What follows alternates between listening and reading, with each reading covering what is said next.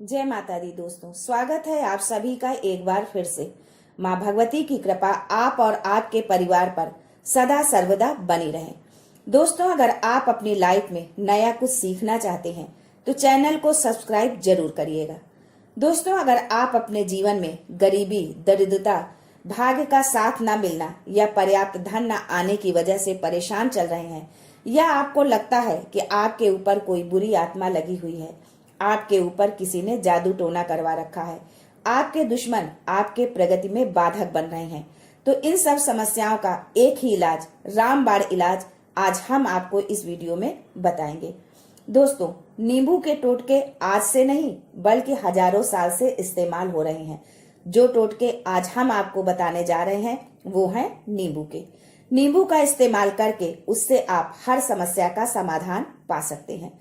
अगर आप ज्योतिष शास्त्र या वास्तु शास्त्र की किताबों का अध्ययन करते हैं तो नींबू के ऊपर आपको पूरे 11 अध्याय मिल जाएंगे। नौकरी पाने के लिए नींबू का इस्तेमाल आप कैसे कर सकते हैं, अपने व्यापार को बढ़ाने के लिए आपको नींबू का इस्तेमाल कैसे करना चाहिए, यदि आपका शत्रु आपका विनाश करना चाहता है तो नींबू के टोटके से आप उल्टा अपने शत्रु का विनाश कैसे कर सकते हैं। आपके घर में नकारात्मक शक्तियां बसी हैं तो इनको भगाने के लिए नींबू कैसे रामबाण की तरह काम करता है। अगर आपका भाग्य सो चुका है, आपके घर परिवार में एकता नहीं है, पति पत्नी में बनती नहीं है, तो दोस्तों आज जो टोटके मैं आपको बताने जा रही हूँ वो आपकी सारी समस्याओं का समाधान कर देंगे। स्वास्थ्य की दृष्टि से नींबू बहुत ही लाभदायक होता है। साइंस के आधार पर कहें तो नींबू में विटामिन सी प्रचुर मात्रा में पाया जाता है। नींबू के अंदर इतनी ताकत होती है कि वो बड़ी से बड़ी समस्याओं को चुटकियों में खत्म कर सकता है। दोस्तों, अगर आप चाहते हैं कि आपका जीवन सुखमय हो, आपके जीवन में कष्ट कम हो, आपके ऊपर माता लक्ष्मी का आशीर्वाद हो, भगवान भोलेनाथ आपको आशीर्वाद दे, तो इस वीडियो को बिना भगाए अंत तक देखें, क्योंकि इस वीडियो में मैं आपको बताऊंगी कि नींबू के कैसे 10 उपाय करके आप अपने जीवन की हर परेशानी को खत्म कर सकते हैं। अगर आपने एक पॉइंट भी मिस कर दिया तो आप अपना ही नुकसान करेंगे। हमारा एक ही मकसद है, आप सभी का हित, कल्याण। अगर हमारे प्रयास से एक भी व्यक्ति का कल्याण हो गया, उसके जीवन में खुशियां आ गई, तो मैं अपने आप को सौभाग्यशाली समझूंगी। दोस्तों, नींबू के वे कौन से 10 उपाय हैं जिनके प्रयोग से आप सभी परेशानियों से छुटकारा पा जाएंगे। लेकिन उससे पहले आपसे रिक्वेस्ट करती हूँ कि वीडियो को लाइक करिएगा, दोस्तों को शेयर कर दीजिएगा, और अगर आपने अभी तक चैनल को सब्सक्राइब नहीं किया है तो चैनल को सब्सक्राइब करके बेल आइकन जरूर दबाइएगा। पहला उपाय, बुरी नजर से बचने के लिए। आपने अक्सर देखा होगा कि दुकान, ऑफिस में हरी मिर्च के साथ नींबू टंगा होता है। जिस तरह प्याज पास में रखने से या गर्मी के दिनों में खाकर निकलने से वो हमारे आसपास की गर्मी सोख लेता है, जिसके कारण हमें लू नहीं लगती है, उसी तरह नींबू बुरी नजर को सोख लेता है। दोस्तों, नींबू का खट्टा और मिर्च का तीखा स्वाद बुरी नजर वाले व्यक्ति की एकाग्रता भंग कर देता है, जिससे वो अधिक समय तक घर या दुकान को नहीं देख पाता है। कहा जाता है कि बुरी नजर से हरा पेड़ भी सूख जाता है, बुरी नजर से चलता व्यापार भी बंद हो जाता है। अगर किसी व्यक्ति ने आपके ऊपर नजर लगा दी तो आपका व्यापार अच्छा चल रहा है और आप किसी के ऊपर बुरी सोच, बुरी नजर नहीं रखते, लेकिन सामने वाला आपका बुरा चाहते हुए आपके ऊपर तंत्र विद्या या बुरी नजर लगवा रहा है। लेकिन अगर आपने पहले से ही ये नींबू टांग रखा है तो ये सारा प्रभाव उल्टा उसके ऊपर पड़ जाएगा और वो बर्बाद हो जाएगा। इसलिए अगर आप अपने व्यापार में बरकत चाहते हैं, बुरी नजर से बचना चाहते हैं, तो मिर्ची और नींबू जरूर टांग कर रखें। दूसरा प्रयोग, वास्तु दोष को मिटाने के लिए। अध्याय नंबर 21 में नींबू के ऊपर साफ साफ लिखा हुआ है कि जिस घर में नींबू का पेड़ होता है वहां पर नकारात्मक ऊर्जा खुद को कभी सक्रिय नहीं कर पाती है। नींबू के आसपास का वातावरण शुद्ध रहता है। नींबू घर को सकारात्मक शक्तियों से भर देता है। अगर किसी व्यक्ति के घर में नकारात्मक शक्तियों का वास हो चुका है तो यकीन मानिए उसके घर की कभी बरकत नहीं हो सकती। ग्रह क्लेश एवं अशांति का वातावरण हमेशा उसके घर में बना रहेगा। जहां अशांति होती है वहां माता लक्ष्मी कभी वास नहीं करती। कर्ज के बोझ से आप हमेशा दबे रहेंगे। लेकिन अगर आपके घर में नींबू का पेड़ है तो सिर्फ सकारात्मक शक्तियां आएंगी, घर का वातावरण अच्छा रहेगा, आपस में प्रेम, स्नेह एवं एकमत रहेगा। तुलसीदास जी ने रामचरितमानस में कहा है, जहां सुमतितः संपत्ति नाना, जहां कुमतितः विपत्ति निधाना। सरल भाषा में कहे तो जिस घर में लड़ाई झगड़ा होता रहता है, परिवार के सदस्यों की आपस में बनती नहीं है, उनमें एक मत नहीं होता, उसके लिए वास्तु दोष में सबसे बड़ा उपाय नींबू के पेड़ को माना गया है। आप ये पेड़ चाहे गमले में लगाएं, चाहे जमीन में लगाएं। दोस्तों, पेड़ तो एक दिन में नहीं उग सकता है, इसके लिए आप एक नींबू लेकर उसे घर के चारों कोनों में घुमाएं और कहीं सुनसान जगह पर ले जाकर उसके 4 टुकड़े करके चारों दिशाओं में नींबू का एक एक टुकड़ा फेंक दीजिए। ध्यान रखें कि जब आप ये क्रिया करें तो आपको कोई ना देखे, ना टोके। लौटते वक्त पीछे मुड़कर ना देखें। तीसरा प्रयोग है सफलता पाने के लिए। अगर आप नौकरी की तैयारी कर रहे हैं, नौकरी नहीं मिल रही है, या नौकरी कर रहे हैं तो प्रमोशन नहीं मिल रहा है, आप कर्ज में फंसे हुए हैं, तो मैं आपको जो उपाय बताने जा रही हूँ उसे ध्यान से सुनिएगा। दोस्तों, आपको बहुत परिश्रम करने के बाद भी उचित फल नहीं मिल पा रहा है। आप इंटरव्यू में पूरी तैयारी के साथ जाते हैं लेकिन आपका सिलेक्शन नहीं हो पा रहा है, तो इसके लिए वास्तु शास्त्र में लिखा है कि एक नींबू और लौंग आपकी किस्मत को बदल देंगे। आप जिसके लिए अभी तक अथक परिश्रम कर रहे थे वो मिलने में जरा भी संदेह ना होगा। उसके लिए आप मंगलवार को एक नींबू लेकर हनुमान जी के मंदिर जाइए, उसमें 4 लौंग लगा दीजिए, यानी नींबू में लौंग गाड़ दीजिए। फिर वो नींबू अपनी मनोकामना के साथ हनुमान जी पर चढ़ा दीजिए। हनुमान जी के समक्ष बैठकर तुलसी की माला से सुंदरकांड की चौपाई का 108 बार जाप करिए। यह जाप हनुमान जी में ध्यान लगाते हुए मन में ही बोलना है। चौपाई ये है, कवन सो काज कठिन जग माही, जो नहीं होत तात तुम पाही। जाप समाप्त होने के बाद हनुमान जी से सफलता दिलवाने की प्रार्थना कीजिए।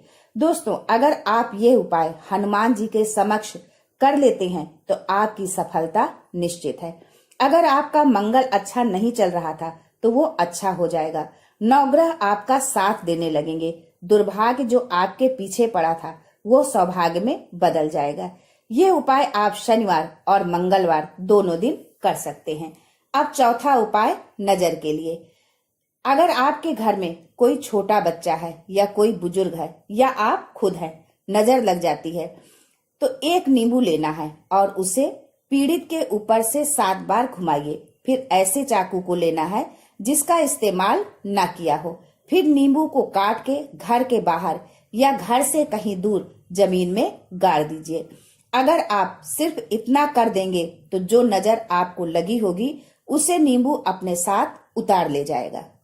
5वां उपाय, वास्तुशास्त्र के अध्याय 26 में लिखा हुआ व्यापार में लाभ दिलाता है नींबू। इस अध्याय को अगर आप पढ़ते हैं तो आप जान पाएंगे कि सही तरह से यदि नींबू का प्रयोग करते हैं तो आपको व्यापार में वृद्धि देखने को मिलेगी। उसके लिए आपको एक नींबू लेना है, उसे दुकान के चारों दीवारों पर स्पर्श करा के 4 भाग में काट लेना है। फिर 4 टुकड़ों को दुकान के चारों कोनों पर रख देना है। ये काम आप जब दुकान खोलने के बाद साफ सफाई करते हैं, उसके पश्चात पूजन करते हैं, उसी समय करना है। शाम को जब आप पुनः दुकान में धूप दीप जलाते हैं उस समय इन चारों टुकड़ों को लाल कपड़े में अलग अलग बांधकर बहते हुए जल में बहा देना है। अगर आप इतना कर लेते हैं तो जो नजर लगी थी, जो नकारात्मक शक्ति पीछे पड़ गई थी, वो नष्ट हो जाएगी। व्यापार में लाभ होना शुरू हो जाएगा। आपका व्यापार घोड़े की तरह दौड़ने लगेगा। ये वास्तु विज्ञान में भी लिखा है। अब जो उपाय आगे बताने जा रही हूँ वो है छठा उपाय, भाग्य को चमकाने का उपाय। दोस्तों, अगर आपका भाग्य आपका साथ नहीं दे रहा है, आप बहुत मेहनत करते हैं पर परिणाम नहीं मिल पा रहा, तो यकीन मानिए कि किसी न किसी ने आपके ऊपर टोटका करवा रखा है। नौकरी नहीं मिल रही है, व्यापार नहीं चल रहा है, शादी नहीं हो रही है। ऐसी सब परेशानियों से छुटकारा पाने का आसान सा तरीका बताने जा रही हूँ।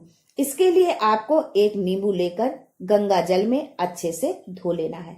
इस नींबू को धोने के बाद आपको 108 बार इस मंत्र का जाप करना है। मंत्र है ओम श्री हनुमते नमः। अगर आप इस मंत्र का 108 बार जाप कर लेते हैं और उस नींबू में आप 4 लौंग गाड़ देते हैं तो आप नौकरी के लिए जा रहे हैं। इंटर के लिए आपको एक नींबू लेना है, उसे रोगी के सिर से 7 बार उल्टा घुमाइए। फिर एक चाकू लीजिए, उसे रोगी के सिर से पैर तक 21 बार स्पर्श कराइए।